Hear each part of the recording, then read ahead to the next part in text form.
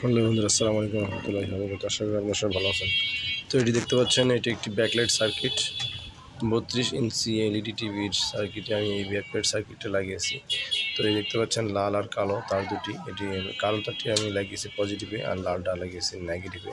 তো সার্কিটে সেভাবেই দেওয়া আছে ব্যাকলাইট সার্কিটে।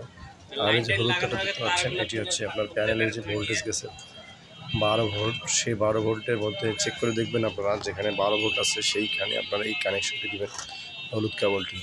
তো তার কেবলটা লাগার আগে কেবলের মাথায় একটা 10 কিলো ওহমস এর একটি রেজিস্ট্যান্স লাগিয়ে নেবেন, ঠিক আছে?